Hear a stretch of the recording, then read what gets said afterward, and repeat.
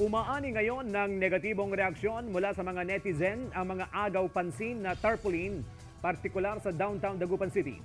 Bukod sa wala umano sa tamang lugar ang mga naglalakihang karatula, natatakpan din ang ilang road signages.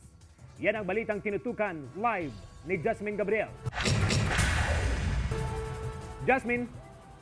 CJ, ayon sa DPWH, since karamihan sa naapektuhan sa naglalakihang mga tarpaulin dito sa Dagupan City ay mga road signages, nakatakda silang magsagawa ng monitoring at inspection at sa oras nga na mapatunayan na nakakasagabal sa mga road signages itong mga tarpaulin ay nakatakda nilang baklasin ang mga ito.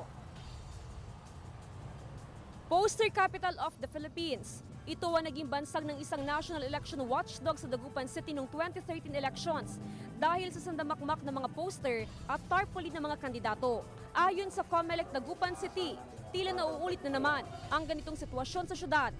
Dahil sa laki ng mga tarpaulin, ultimo road signages, natatakpan na rin. Hindi rin pinalampas kabitan ang mga kable at poste ng kuryente. Maging ang PCP outpost na ito, kinabitan na rin ng poster ng kandidato. Well, nakakadismaya din na nakita na despite sa sulat natin, puro na lang sila yung nakikita natin. Gaya nga ng sinasabi ko, panlalamang yung ginagawa nila dahil hindi na nga nakalagay sa common poster area. Dapat wala yan kasi kahit wala yan, alam naman namin kung sino nagboboto namin. Malaking halaga na yan kung binigay na nila sa mga tao. Ang daming naghihirap.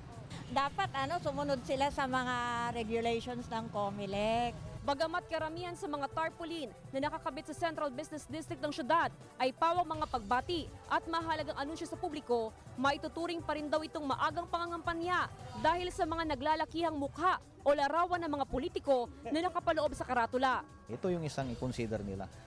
Ang eleksyon naman hindi nakukuha sa palakihan at padamihan ng poster, kundi nakikita pa rin sa kung sinong iboboto ng tao, kung alam nila. Tumanggi nang magbigay ng pahayag ang officer in charge ng City Engineer's Office. Pero aminado ang naturang tanggapan na silang naglalagay ng mga poster tarpaulin ng iba't ibang aktibidad ng syudad. Pero giit nila na mahigit 3 taon na itong ginagawa.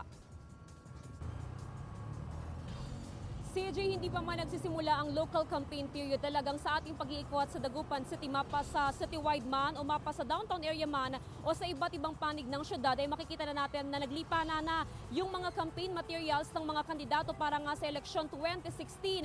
Nakiusap ang COMELEC sa DPWH, ganun din sa DENR at maging sa iba't ibang mga ahensya na kung saan ay kinakailangan na nilang magtanggal ng mga poster o di kaya ay tarpaulin na nakakabit sa mga poste o di kaya ay sa mga puno. Ayon nga sa DPWH ay within this week nakatakda silang magsagawa ng inspeksyon at monitoring. Una nilang gagawin sakaling mapatunayan nga na mayroong mga road signages na natatakpan ng mga malalaking tarpaulin at posters ay kakausapin ng city government at kinakailangan daw talaga na tanggalin ang mga tarpaulin na ito. At syempre, matapos nga yung sinasagawang training ng Commission on Elections ay nakatakda rin silang magsagawa ng mga serye ng Oplan Baklas kasama ang PNP, lalo pat kapansin-pansin daw talaga na even yung mga national candidates na talagang naglipa na rin yung mga posters sa iba't ibang lugar dito nga sa syudad. CJ?